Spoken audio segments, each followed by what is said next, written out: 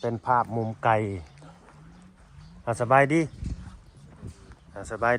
ดีโอ้ยเสื้อยังใส่บอกว่ายังใส่ตัวเก่าอยู่แต่มือนะพวกบ่าวทองดีหรือทองมีก็ลืมเลยอันนี้ก็จะเป็นทางหน้าเพื่อนพี่น้องเอ้ย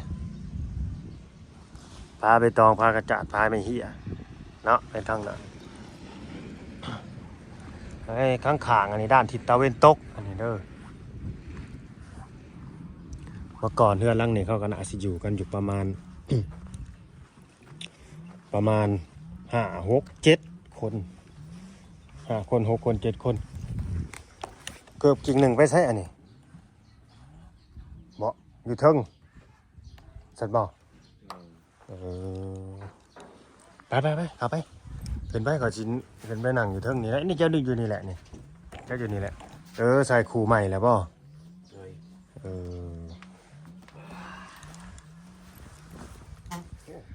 สบายดีสวัสดีพ่อแม่พี่น้อง FC ที่ฮักแพงเบิร์ดสุขุสุขคนเบิร์ดสุมองสุบอนนะพี่น้องเด้อพอกับช่อง YouTube บ่าวลาพาเพลินคือเก่าคือเดิมวันนี้ก็พาพี่พาน้องเนาะเข้ามาทาง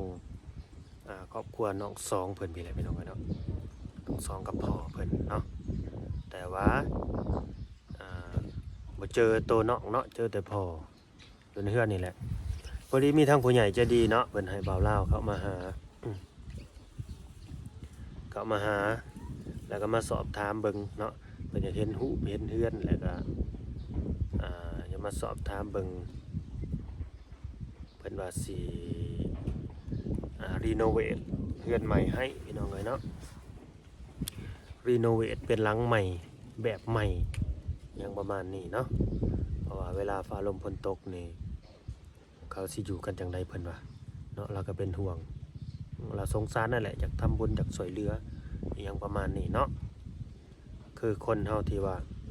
เป็นมีน้ำจิตน้ำใจนะที่ว่ามีเป็นมีอยู่มีกินมีฐานะที่ดีกว่าเนี่ยเพิ่นก็อยากช่วยเหลือแล้วก็อยากแบ่งปันเนาะสิประมาณนั้นเพิ่นอยากจะดีก็เป็นคนไทยพี่น้องเนาะเพิ่นอยู่จังหวัดเชียงรายเชียงใหม่เนาะอยู่เชียงใหม่ผู้ใดเข้ามาเบิ่งมาชมก็ฝากกดไลค์กดแชร์กดติดตามเป็นกำลังใจนี่เด้อพี่น้องเอ้ยน้องสองนี่ก็สิเป็นลูกของเงินสาพรวิไลแหละเนาะอันนี้ก็สิเป็นผัวเก่าของเพิ่นแต่ว่าเขาเลิกลากันไปแล้วคือแยกกันอยู่แหละพี่น้องเอ้ยเนาะแยกกันอยู่บ่อะไรอย่างห่างเนาะจังไปไปลมกับผัวเพิ่นเนาะกับพ่อน้องสองนำกันพี่น้องเอ้ยเนาะเราอยู่คนเดียวตอนนี้ก็ดิเดี๋ยวสิถ่ายเบิ่งเพื่อนให้รอบๆให้เบิ่งอีกทีหนึ่งเนาะให้ผู้ใหญ่จะดีเพิ่นได้เบิ่งนำแหละเนาะว่าเพิ่นสิเฮ็ดออกมาในแบบใดประมาณนี้เนาะอันนั้นก็สิเป็นเหล้าเด้อพี่น้องเด้อบ่แม่นเฮือนเด้อเป็นเหล้าเนาะเป็นเหล้าส่วนว่าเฮือนก็คือหลังนี่พี่น้องเอ้ยใบตองกุ้งใบตองสาดเนาะ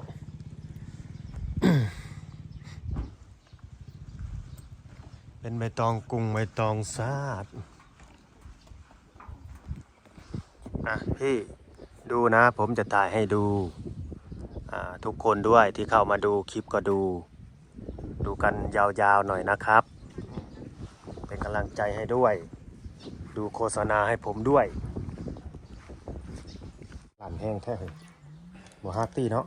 นี่ยังคือตุ่มไว้ขักแท้นะเชื่อลูกชายนะตุ่มห่อยังไว้นะ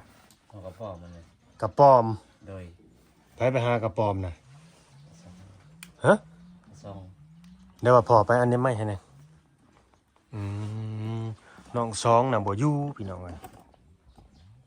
กระป๋อมจักโตนี่เบิ่งหะบีบบ่ตัวนี้บ่เบิ่งนี่จับเลยนี่เลี้ยวพี่นี่บีบเข้าไปนี่หั่นล่ะเน็บใส่ข้อเสือไปนี่หันทางหันทางไฟออกมาโอ้ยเบิ่งจะนอนมันสิได้แล้วหาเด้ หมอดไม้ก็ซ้ำกดปุ่มดูนี่กดปุ่มตัวนี้เอามือเน้นใส่นี่เอามือนี่จ้ำใส่มันก็สิขึ้นเองจ้ำโอเคเจ้าคนมีความรู้พี่น้องเอ้ยก็สิบอกกันง่ายเนี่ยยังน้อยจบม.3เลยเนาะกินข้าวแล้วนี่ขายบอกกระปอมน่ะ ขายอยู่ ได้ยักโตฮะก่อนสิได้กับกินก่อนกับปอมมือนี่แล้วบาทนี่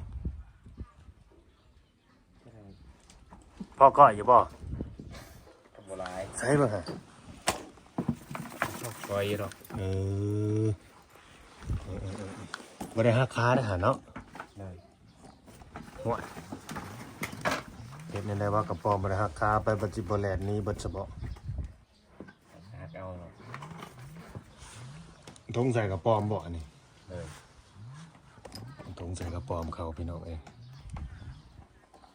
โอเคเดี๋ยวจะเอากับปอมไปก่อยกินก่อนกินอันเขาเรียกว่ากินแหกปีมันก่อนแหกมานแหกปีก่อนเพราะว่าปีนี้ยังไม่ได้กินกับปอมจักจันได้ไปติดแล้วบ่นี่เริ่มห้องร้ายแล้วบ่จักจัน แนวก็รอ ยังบ่ทันได้ห้องเป็นไดกระต้มขนมน่ะพวกมีพวกหยังกินเบิดแล้วบ่ โดย เรียบร้อยเนาะโอ้ยเจ้าผู้ชายซะสิยังบ่มีผู้ใหญ่ใจดีทางฝั่งไทยเด้อเพิ่นให้มาถ่ายเบิ่งอันนี้เฮือนนี่นะเพิ่นสิ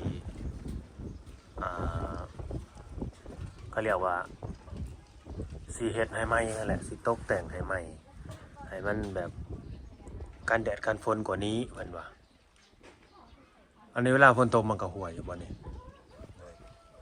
หัวเนาะทั้งหัวทั้งสาดแล้วฝนนี่เนาะ อยากได้ใหม่อยู่บ่ จะใจอยู่ ไปตัดอยู่ใส่ผมน่ะสรุปจะตัดหรือบ่ได้ตัดเนี่ยตัดบ่ รถเสียเลยซื้อ ซอยออกซื่อ เลย ๆมีผู้ใหญ่ใจะดีพุ่นน่ะโอ้ยพาเราไปตัดผมในบ่าวลาวว่าซั่นมีอยู่บ่สร้างตัดผมในบ้านเนี่ย มี มีเนาะค่าหัวเท่าใด 15,000 หัว 15,000 เขาตัดอยู่บ่กูมื้อนี่เขาตัดอยู่บ่ เลย คือสมมุติเฮาไปตัดนี่ได้ตัดเลยบ่ เราก็ได้ตัดอยู่ เออได้ตัดอยู่คันข่อยสิเอาเงินให้เจ้าไปตัดผมนี่สิได้ตัดอยู่บ่ตัดใดต้องได้ตัดใดคันบ่ตัดผู้ใหญ่เพิ่นบ่ช่วยเหลือจะได้คันเอาเงินให้ว่าซั่นซะเอาเงินส่วนนี้จำนวนนี้ให้เจ้าไปตัดผมเด้อแบบนี้หั่นนะให้ผู้รักผู้ใหญ่เพิ่นเบิ่งมันสิได้ดูสะอาดสะอ้างมันสิได้ดูดีขึ้นหั่นนะคนเฮามันก็ต้องมีการเปลี่ยนแปลงเจ้าของแม่นบ่ล่ะ เลย ไปสิอยู่แต่จุดเก่าจุดเดิมๆชีวิตคนเรามันต้องเปลี่ยนแปลงไปได้เปลี่ยนไปในด้านที่ดีคนเฮานะเจ้าน่ะซื้อกองดีสบ่หรือทองดีก็กองบ่หรือทองเดี๋ยวนี้ แล้วเจ้าใช้ บ่ที่เอิ้นกันน่ะซื้อจังใดข้อยก็ลืมได้บ่ได้ก็มาหลายมื้อแล้วกองได้เนาะกองบ่หรือทอง แม่นโกง ซื้อหยังซะที่เอิ้นกันน่ะนะพ่อแม่ตั้งให้น่ะซื้อแนวใด แม่ชื่อวัน ซื้อวัน เลย พ่อแม่ตั้งให้น่ะซื้อวันเนาะบ่าววันดีอันเดคันสิว่าวันก็วันดีก็ก็ม่วนอีกเด้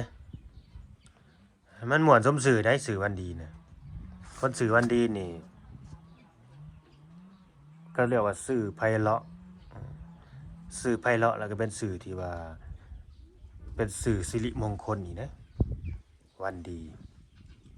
ไผก็มักแหละความดีสิ่งดีๆแม่นบ่บ่าวันดี โดย คนเฮาน่ะมักแต่ความดีกันทั้งนั้นน่ะมันยังอ่ะน่ะเป็นต้นเสาน่ะตากพี่ชังอ่ะน่ะฮะกบซะบ่หรือว่าไข่มัน ฮะไข่งัวบ่ เลย อืม เบิ่งจังหนึ่งจะคือกบแห้งเขียนแห้งฉันดอก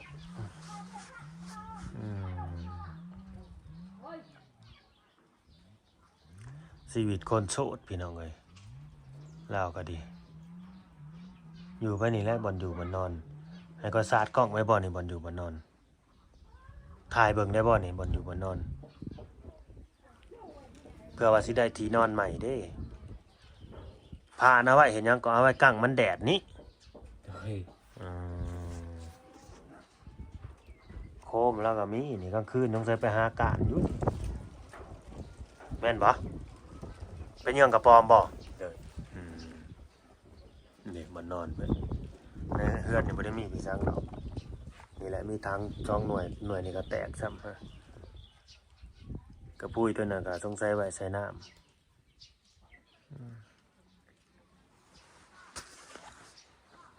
ไปหายังมาแหละมื้อนี้ ก็พอมา โอ้มีอยู่บ่อันสร้างเฮ็ดเฮือนอยู่ในบ้านนี่มีอยู่บ่แบบเฮ็ดเป็น บ่มี กระตุกกระต๊อบเป็นกระเทอะแม่นมีอยู่บ่พอมีบ่ มีอยู่บ่เฮือนหลังนี่ไปเฮ็ดซะไปเฮ็ดให้เฮือนหลังนี่ โดย โอ้เฮ็ดเองอีก โดย โอ้ธรรมดาตัวจะเฮ็ดเองก็เป็นอยู่พี่น้องเว้ยแต่ว่าไม้เครื่องแล้วนี่ตัวใส่ได้ก็ยังใส่ได้อยู่ตัวบ่ได้มันก็ผุไปแล้ว มันผุปวกกินน่ะเบิ่งครับถือว่าก็มีประสบการณ์อยู่เสือเจ้านี่เนาะเฮ็ดเฮือนอยู่ก็ได้ บ่าววันดีอายุ18 ปีไปซั่นพี่น้องเอ้ยไผเสือว่าลาอายุ18 ปีคัน18 ปีนี่ข่อยสิว่าคืออยู่เด้แม่นบ่18 ปีนะเจ้าน่ะบ่ฮอดแล้วบ่ วัดนั้น บ่าววันดีฮอดบ่ วันนั้นแหละ ประมาณนั้นเนาะ โดย เป็นน้องบ่าวลาวหลายปีอยู่ซะข่อยว่า18 ปีข่อย38 ปีห่างกันจักปีบัดนี้จะเบิ่งหน้าตา18 ปีกับ38 ปีดูฮะห่างกันจักปี แต่ว่าเว้าเรื่องลูกนี่ข่อยยอมแพ้เจ้าเด้อน้องวันดีเจ้าน่ะมีหลายกว่าข่อยแต่มีลูกแค่2 คนเท่านั้นมื้อนี้ก็สิบ่เว้าหยังหลายพี่น้องเอ้ยลูกนั้นได้ใส่เสื้อใหม่เลยเนาะใส่เสื้อใหม่ทรงใหม่แล้วเพราะว่านี่เสื้อประจำเสื้อที่ของโปรดนี่เอามาปกทางไว้ปิดทางกระปอมฮะบัดมาสิบ่มาหากระปอมบ่สมมุติว่ากระปอมนี่ให้ลุงลาวเอาไปกินแล้วแน่นี่สิบ่มาถามหาบ่ ก็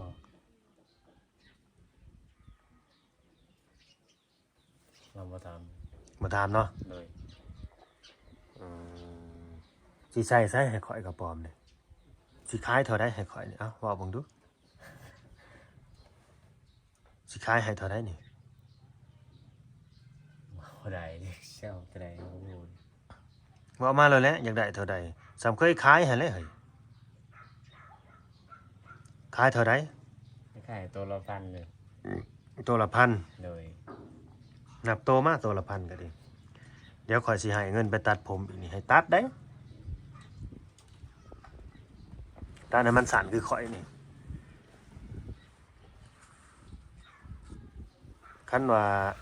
บ่ให้ได้หักแข้งหักขามันละหักได้มันไปเด้ใส่ตัวนี้บ่ได้บ่ โดย เงินทองเงินก็โอ้ในราคาเพิ่น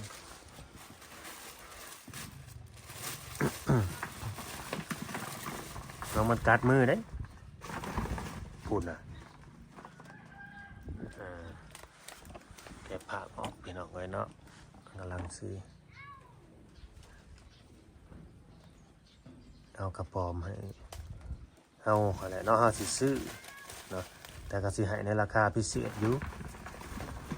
ของกินธรรมชาติพี่น้องเอ้ยของกินหายาก แม่นั่นแหละตัวหนึ่งนะออกในทั้งนี่แหละนี่ไต่อยู่ในฟ้าเฮือนนี่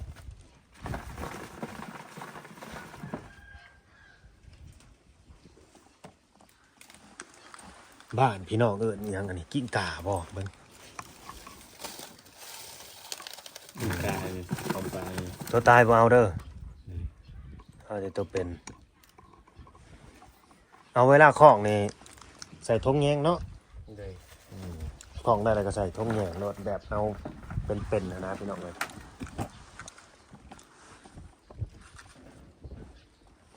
เดี๋ยวก็สิไปหาแนวมาใส่ก่อน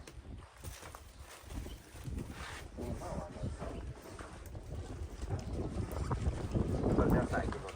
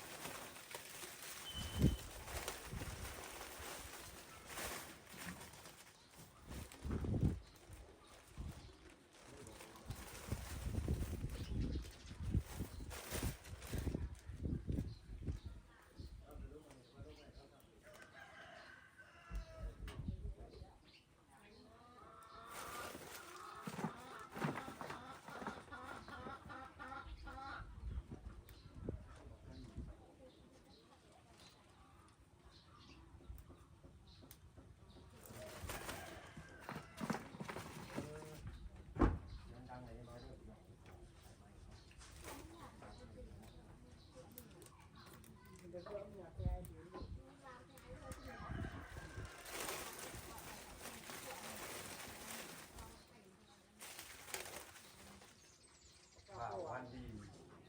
เนาะวันดีกำลังรักษากระปอมใส่ถุงใส่บะนาวเนาะมาก่อยกระปอมใส่มะม่วงครับเพราะว่าเพื่อนเฮาบุรุษออกมะม่วงเสียแต่อย่างเดียวมันบ่แม่นมะม่วงกระซ้อพี่น้องเลยอันนี้มะม่วงกระซ้อแหละเผากันขักปานหยังก่อยกระปอมกินกับผักกระโดนของกินหายะปีละครั้งปีละเถื่อแต่อันนี้เทใส่ทงนี่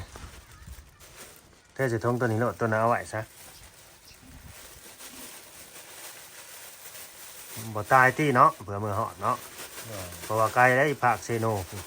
เคยไปที่เซโน ไป ภาคเซโนออกไปอีก3-4 ลักขึ้นไปทางท่าแค่เวียงจันทร์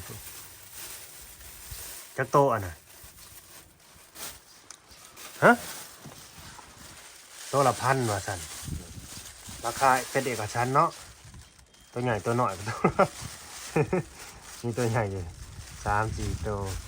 4 ตัวตัวใหญ่ตัวน้อยกับตัวละ1,000ราคาเอกชันท์แล้วนะให้มาค้ามบ้าได้เหรอเบิ้งสินับเบิ้งก่อน2 4 6 8 10 12 13 ตัว13 ตัว2 4 6 8 12 14เอานับเดือนที่2 14นับเดือนที่13เอานับอีกจังหยุดโบแลนด์ก็ทอด15บ่บาทเบิ้ง2 6 8 12เอานับเดือนที่3บรรลุตรงมาอีก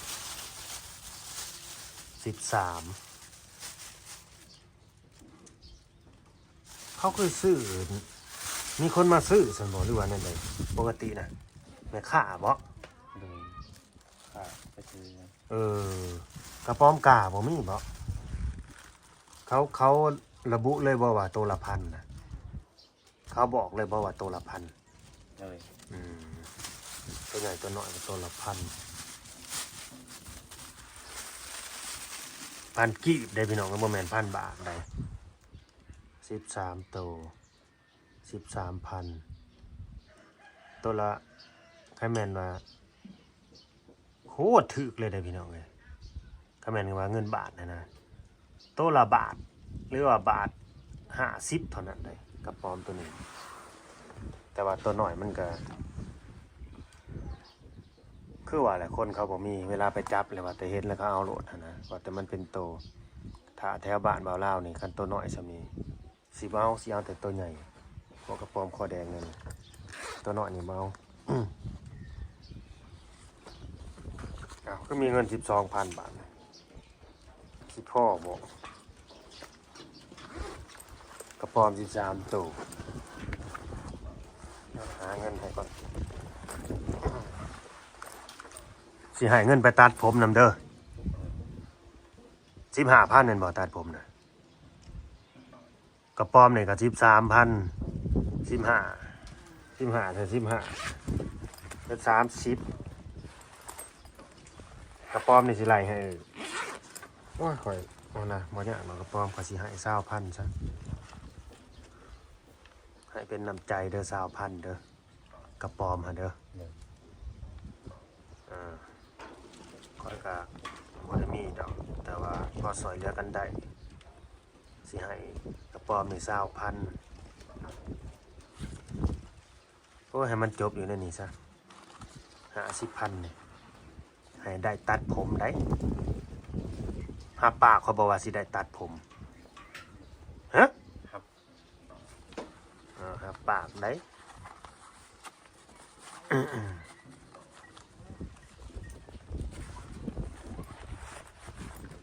เอาลูกไปตัดน้ำที่คือว่ามันกับผมยาวอยู่เอ้าให้50,000ค่ากระป๋อมนะ13,000แต่ว่าเฮาไหลให้20,000เป็นน้ำใจหั่นนะให้น้องว่าซั่นซะให้น้องให้นุ่งให้น้องให้ร้านหั่นแหละคืนให้น้องซองน่ะก็ดีได้ให้พ่อนี่ไปตัดผมน้ำก็ได้อาบอยู่บ่นี่ เลย อาบคู่มืออยู่บ่ ขโมยไป ไปอาบอยู่ไส อยู่เสีย ไปอาบอยู่เซลงน้อง เลย มันก็เป็นตาอาบอยู่บ่น้ำเซน่ะมันบ่ได้กุยขี้งัวขี้ควายบ่ ก็ ใสอยู่เนาะ เลย ก็ตามนั่นแหละพี่น้องเอ้ยเนาะเฮาก็สิได้จบคลิปไว้ซ้ำนี้แหละเนาะขอบคุณ FC เด้อเนาะมื้อแรงก็สิมีอาหารนั่นแหละก้อยกับปอมมื้อแรงมันสิบ่เย็ดเกาะก่อนบ่ให้เผื่อมื้อฮอดบ้านบ่มัดทกเลยเนาะสิได้จบคลิปไว้ซ้ำนี้แหละฝากผู้รักผู้ใหญ่ FC เนาะกดไลค์กดแชร์กดติดตามฝากเป็นกำลังใจให้เด้อพี่น้องเอ้ยเนาะถ้าเบิ่งนํกันเด้อว่าผู้ใหญ่ใจดีเพิ่นสิว่าจังไดเดี๋ยวสิเพิ่นสิส่งแบบเพื่อนมาให้เบิ่ง แล้วก็จะมาให้เจ้าเบิ่งอีกทีนึงว่าแบบเพื่อนมันจะเป็นแบบนี้หั่นนะเป็นแบบนี้ว่าสิเต็มใจสิพอใจเพิ่นเฮ็ดให้บ่แบบนี้หั่นนะเด้อคันว่าเฮ็ดได้ตามประสงค์ของผู้หลักผู้ใหญ่เพิ่นสิช่วยเหลือเพิ่นสิเมตตาเฮาเพิ่นเฮ็ดแบบใดก็เอาแล้วเฮาก็หาถามสร้างบัดนี้ให้สร้างก็มาเบิ่งแล้วก็ประเมินราคาว่าราคาสร้างประมาณเท่าใดต้องใส่ไม้อีหยังแน่นะมันก็น่าสิคือแป้นนี่มันก็ยังใส่ได้อยู่พี่น้องเอ้ยเนาะตัวมันใส่ได้ว่าตัวใส่บ่ได้ก็ห่วยมันก็หักกับผุกับพังไปนำหั่นแหละยามฝนเนี่ยพาก็ไปนอนอยู่ไสนี่บ่ลบไปแจผู้บ่สมมุติว่าพ้นพระอันนี้หนีไปแจน่ะพุ่นแหละเนาะ เลย ฮุบแจไต่แจเนื้ออยู่แล้วนี่โอเคเด้อพี่น้องเด้อเอาไว้พออันใหม่คลิปหน้าเนาะเอาสบายดี สบายดี สบายดีพี่น้องขอโตวกลับก่อนเนาะขอบคุณเด้อ FC ที่เขาเอาเบิ่งมาชมพี่น้องเอ้ยอยู่ที่แม่งานแบ่งปันกันเด้อพี่น้องเด้อฝากกดไลค์กดแชร์กดติดตามเอาไว้พอกันใหม่คลิปหน้าพี่น้องเอ้ยเนาะแล้วก็ปลอมเนาะสบายดี